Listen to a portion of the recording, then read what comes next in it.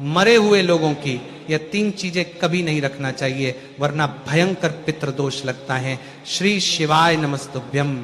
भक्तों, प्राचीन समय की बात है, माता पार्वती एक दिन अत्यंत गंभीर मन से भगवान शिव के समीप बैठी थी। उनके स्वर में एक ऐसी गहराई थी जो केवल वही स्त्री ला सकती है जो मृत्यु, प्रेत, पितृलोक और सूक्ष्म ऊर्जा के चक्र को समझना चाहती है। तभी माता पार्वती ने भगवान शिव से सीधा प्रश्न किया कि हे स्वामी, मृत्यु के बाद मनुष्य की आत्मा कहाँ जाती है? क्या मृत व्यक्ति की उपयोग की हुई वस्तुएं जीवित मनुष्यों के भाग्य को प्रभावित कर सकती हैं? किन वस्तुओं में मृत आत्मा का सूक्ष्म अभिमंत्रण रह जाता है? इसी के साथ स्वामी, क्या मृत्यु के बाद भी मनुष्य की अधूरी इच्छाएं वस्तुओं से बंधी रह सकती हैं? इसी के साथ स्वामी, मृत व्यक्ति की कौन सी वस्तुएं कभी नहीं लेनी चाहिए? इसी के साथ स्वामी, कई लोगों द्वारा मृत व्यक्ति के गहने, कपड़े और बिस्तर रख लिए जाते हैं, तो क्या ऐसा करना उचित है या नहीं? साथ ही क्या मृत व्यक्ति की कुछ वस्तुएं ऐसी भी होती है जिन्हें रखना बहुत अधिक शुभ होता है? और यदि कोई व्यक्ति मृत व्यक्तियों की कोई वस्तु रखना भी चाहे तो उसकी शुद्धि किस प्रकार से करना चाहिए?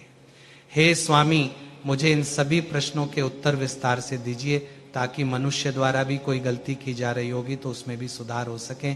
इन सभी प्रश्नों को सुनने के बाद भगवान शिव मां गौरा से कहते हैं कि हे देवी, आपके द्वारा पूछे गए ये समस्त प्रश्न संसार के सबसे गहरे रहस्य को बताते हैं। मृत्यु के बाद मनुष्य की आत्मा कहाँ जाती है, और क्या मृत व्यक्ति की वस्तुएं जीवित मनुष्यों के भाग्य को प्रभावित करती हैं? यह प्रश्न केवल ज्ञान का नहीं, चेतना का प्रश्न है। जो उत्तर मैं दे रहा हूं वह जीवन और मृत्यु के मध्य की उस पट्टी के भीतर से आता है, जहां सामान्य मनुष्य पहुंचना तो चाहता है पर पहुंच नहीं पाता। मृत्यु के क्षण में मनुष्य का शरीर टूटता है पर उसकी ऊर्जा नहीं टूटती। ऊर्जा कभी नष्ट नहीं होती, वह केवल अपने वाहक को बदलती है। जब देह गिरती है, मनुष्य की ऊर्जा 3 दिशाओं में बंट जाती है। एक हिस्सा प्रकृति में लौट जाता है, दूसरा हिस्सा सूक्ष्म शरीर के अथक सफर में आगे बढ़ता है, लेकिन तीसरा हिस्सा, वही सबसे रहस्यमय हिस्सा, वह उन वस्तुओं में बंध जाता है जिन्हें मनुष्य ने जीवन भर छुआ, अपनाया, पहना या जिनसे उसने अपने मन को जोड़ा। मनुष्य सोचता है कि जीवन में सबसे बड़ी चीज उसका विचार है, उसका कर्म है, उसका रूप है, परंतु सच्चाई यह है कि सबसे अधिक प्रभाव मनुष्य अपनी ही वस्तुओं पर छोड़कर जाता है। वस्तुएं उसकी दिनचर्या का हिस्सा नहीं होती, वे उसकी ऊर्जा का पात्र बन जाती हैं। मृत्यु के क्षण में जब मनुष्य की चेतना अपने अंतिम कंपन में फटती है तो वही कंपन उन वस्तुओं पर चिपक जाता है। जिस बिस्तर पर वह रोज सोता था, जो कपड़े वह रोज पहनता था, जिस गद्दे ने उसे बीमारी में सहा, जो गहने उसके शरीर से जुड़कर उसके मोह के साथी थे, वे सभी उस अंतिम कंपन की छाया को पकड़ लेते हैं। अतः देवी, मनुष्य के जीवन की अंतिम मानसिक अवस्था ही तय करती है कि उसकी वस्तुओं में कैसी ऊर्जा कैद होगी। यदि वह शांति में मर रहा था तो वस्तुएं हल्की रहती हैं, यदि वह दुख में मर रहा था तो वस्तुओं पर दुख का बोझ पड़ता है, यदि वह बीमारी में दीर्घ काल तक जला है तो उसी रोग की ऊर्जा कपड़ों और बिस्तर में समा जाती है, यदि वह अचानक मरता है तो भय की तीव्र तरंगें वस्तुओं को झुलसा देती हैं। यही कारण है कि वस्तुएं केवल वस्तुएं नहीं रहती, वे भावनाओं की चुंबकीय परतें बन जाती हैं। अब हे देवी, आपका दूसरा प्रश्न था कि क्या मृत व्यक्ति की वस्तुएं जीवित मनुष्यों के भाग्य को प्रभावित कर सकती हैं? तो सुनो देवी, हाँ। और यह प्रभाव इतना गहरा होता है कि कई बार नए व्यक्ति के जीवन की दिशा तक बदल जाती है। जब जीवित व्यक्ति मृत व्यक्ति के कपड़े पहनता है तो कपड़ों में अतीत की छिपी तरंगें उसके मन पर उतरने लगती हैं। मृत व्यक्ति की थकान, उसका डर, उसका दुहक, उसकी आदतें, ये सब धीरे धीरे उस जीवित व्यक्ति की मानसिकता में प्रवेश करने लगती हैं।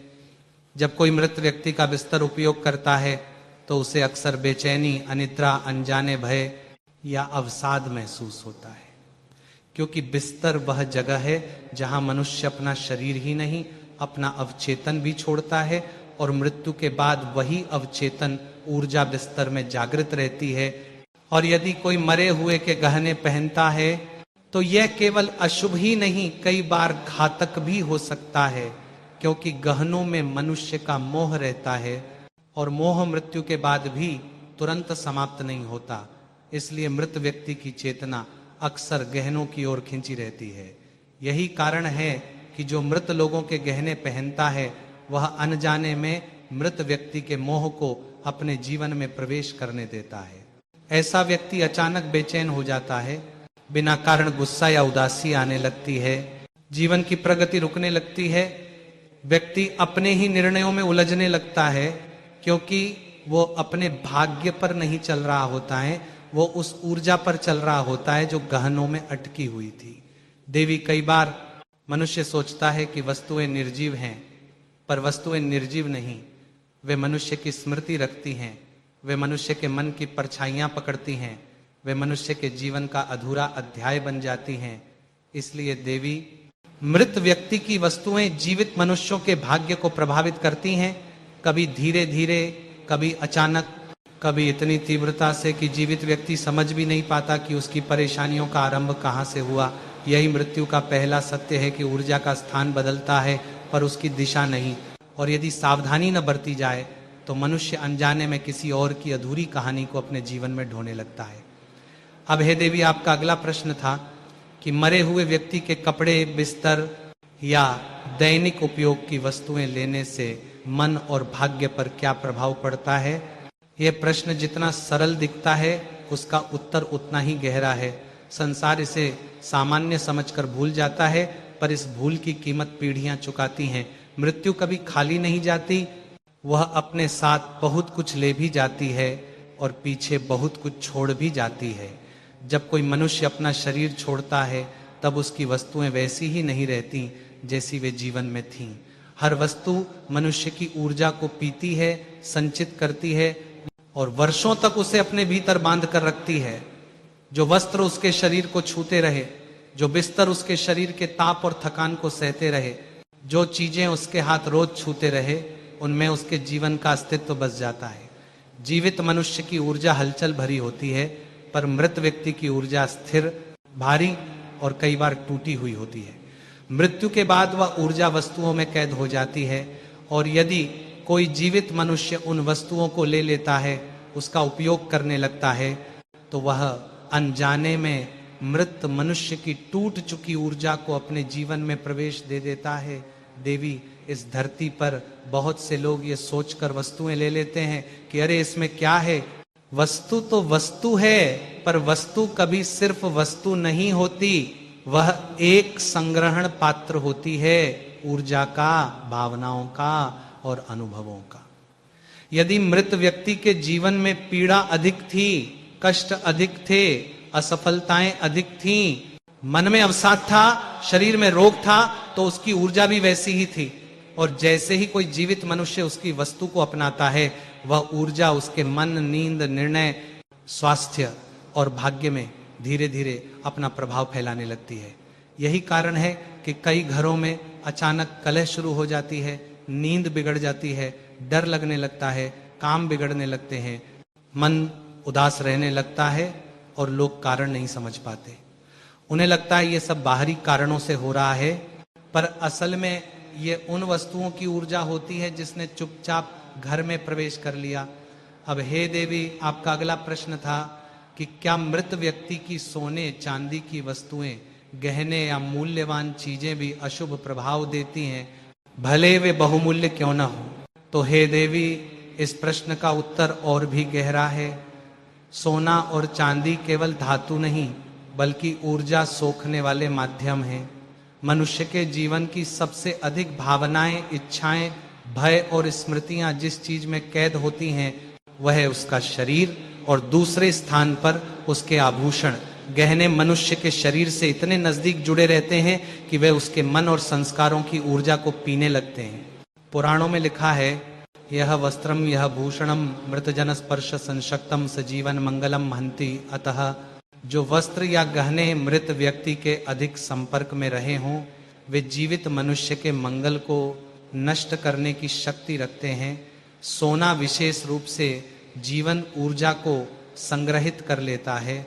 यह धन का प्रतीक है, पर इसे धारण करते समय मनुष्य की भावनाएं भी इसमें बंध जाती हैं। यदि मृत व्यक्ति के अंतर्मन में कोई अपूर्ण इच्छा बची हो, कोई गहरी पीड़ा हो, कोई पछतावा हो या कोई अधूरा कर्म, तो वह ऊर्जा उसके आभूषणों में कैद होकर रह जाती है। और जब कोई जीवित मनुष्य इन्हें धारण करता है तो वो ऊर्जा उसके जीवन में प्रवेश कर जाती है। कभी कभी यह ऊर्जा मात्र उदासी पैदा करती है, कभी अचानक हानि लाती है, कभी बीमारी का कारण बनती है और कभी भाग्य को उलट देती है। इसलिए हे देवी, वस्तु कितनी भी महंगी क्यों ना हो, यदि वह मृत्यु के स्पर्श से भीगी हो, जीवन की चमक को मंद कर सकती है। अतः जीवन और मृत्यु दोनों ऊर्जा की अवस्थाएं हैं। जीवन ऊर्जा देती है, मृत्यु ऊर्जा को थामकर धीमे धीमे छोड़ती है, और वह ऊर्जा जिस वस्तु में समाये रहती है वही वस्तु अशुभ बन जाती है। यह नियम कठोर है, अटल है और सृष्टि के हर कोने में समान रूप से लागू होता है। अतः हे देवी, यही कारण है कि मृत्यु के बाद वस्तुओं को बांटने से पहले शुद्धिकरण की विधियां रखी गईं। लोग सोचते हैं कि यह शुद्धिकरण मात्र हैं, पर वास्तव में वे ऊर्जा को शून्य करने की विधियां हैं। मृत व्यक्ति की वस्तुएं चाहे साधारण हो या बहुमूल्य, उनका प्रभाव समान रूप से शक्तिशाली होता है यदि वे बिना शुद्धिकरण के किसी और के जीवन में प्रवेश करें। हे देवी, आपका अगला प्रश्न था कि क्या मृत व्यक्ति की पूजा सामग्री, माला, रुद्राक्ष, तांत्रिक वस्तुएं या आध्यात्मिक वस्तुएं लेना सुरक्षित है?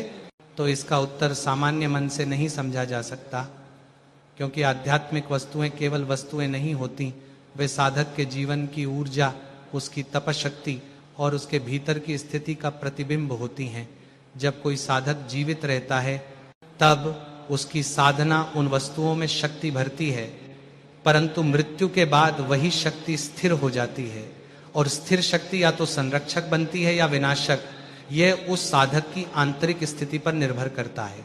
यदि साधक की मृत्यु शांत अवस्था में हुई हो, उसकी साधना पूर्ण हो चुकी हो, उसका मन निर्मल हो, तो उसकी आध्यात्मिक वस्तुएं एक प्रकार की सुगंधित ऊर्जा छोड़ती हैं।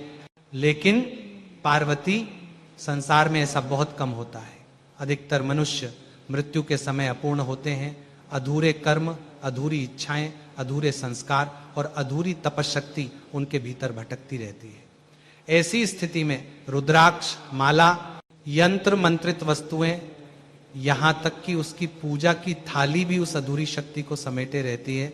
जीवित मनुष्य जब ऐसी वस्तु को धारण करता है तो वह अनजाने में उस अधूरी शक्ति को अपने जीवन में आमंत्रित कर लेता है। कभी कभी यह ऊर्जा मार्गदर्शन देती है, पर अधिकतर समय वह ऊर्जा जीवित मनुष्य के मन को भ्रमित कर देती है, उसके निर्णय बदल जाते हैं, साधना की दिशा उलट जाती है और कभी कभी शांति की जगह भीतर बेचैनी का राज्य स्थापित हो जाता है। इसीलिए हे देवी, मृत व्यक्ति की आध्यात्मिक वस्तुओं का उपयोग अत्यंत सीमित लोगों को करना चाहिए, और वह भी तभी जब वे वस्तुओं को पहचानने और साधना की ऊर्जा को समझने की क्षमता रखते हों। सामान्य मनुष्य को ऐसी वस्तुएं नहीं अपनानी चाहिए। अब हे देवी, आपका अगला प्रश्न था कि मृत व्यक्ति के जूतों, चप्पलों, कंघी, बर्तन, मोबाइल, घड़ी या रोजमर्रा की वस्तुओं का उपयोग करना कैसा फल देता है। तो हे देवी, मृत मनुष्य की सबसे अधिक ऊर्जा उन वस्तुओं में रहती है जिन्हें मनुष्य प्रतिदिन उपयोग करता है। उसके पांव, उसके हाथ, उसकी त्वचा, उसकी आदतें सब इन वस्तुओं पर छाप छोड़ती हैं। जूतों में उसके पथ का कर्म रहता है, कंघी में उसके विचारों की गति रहती है, उसकी घड़ी उसकी समय ऊर्जा को छूती है, उसका मोबाइल उसकी चेतना और मानसिक कंपन का सबसे बड़ा पात्र होता है। मृत्यु के बाद ये सारी ऊर्जा वस्तुओं में जमा हो जाती है, और जब कोई जीवित व्यक्ति इन वस्तुओं को अपना लेता है तो वह मृत व्यक्ति के अधूरे कर्म और अधूरी गति को अपने जीवन में प्रवेश दे देता है।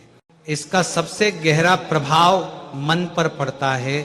मन जल्दी थकने लगता है, नींद बिगड़ जाती है, बेचैनी बढ़ जाती है, एकाग्रता टूटने लगती है, धीरे धीरे व्यक्ति के निर्णय बदलने लगते हैं, उसकी किस्मत की दिशा बदल जाती है।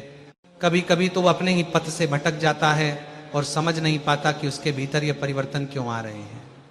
जो वस्तुएं रोजमर्रा में उपयोग होती हैं वे मृत व्यक्ति की ऊर्जा का सबसे बड़ा पात्र बनती हैं। इसलिए ऐसी वस्तुओं को बिना शुद्धि के उपयोग करना अपने जीवन में अनजाना दर्द, अनजाने संघर्ष और अनजाना पतन बुलाने जैसा है। अब हे देवी, आपका अंतिम प्रश्न था कि क्या मृत व्यक्ति की वस्तुएं हमेशा ही अशुभ होती हैं या कुछ परिस्थितियां ऐसी होती हैं जहां लेना उचित हो सकता है? तो हे देवी, यह सृष्टि केवल कठोर निषेधों पर नहीं चलती, यह नियमों और अपवादों दोनों से बनी है। वस्तुएं अशुभ तब होती हैं जब मृत्यु के कंपन उनमें सक्रिय हों, पर जब वस्तुएं शुद्ध हो जाएं, ऊर्जा पूरी तरह समाप्त कर दी जाए और उन्हें नया उद्देश्य दे दिया जाए, तो वही वस्तु जीवन में कृपा का कारण भी बन सकती है। लेकिन ध्यान रहे, यह केवल कुछ वस्तुओं पर लागू होता है। वे वस्तुएं जिन्हें शुद्ध किया जा सकता है, वे वस्तुएं जिनमें मृत्यु की ऊर्जा गहरी नहीं उतरती, और वे वस्तुएं जिन्हें जो अत्यधिक व्यक्तिगत ना हो, कपड़े, बर्तन, फर्नीचर, किताबें, यदि शुद्धिकरण विधि से शून्य कर दी जाएं तो उनका उपयोग किया जा सकता है। परंतु वे वस्तुएं जो शरीर से अधिक जुड़ी थीं, जैसे ताबीज, रुद्राक्ष, मुकुट, तांत्रिक वस्तुएं, बिस्तर, जूते, घड़ी, मोबाइल, इनमें ऊर्जा इतनी गहरी उतरती है कि शुद्धिकरण करने पर भी उनकी मूल छाप पूरी तरह मिटती नहीं।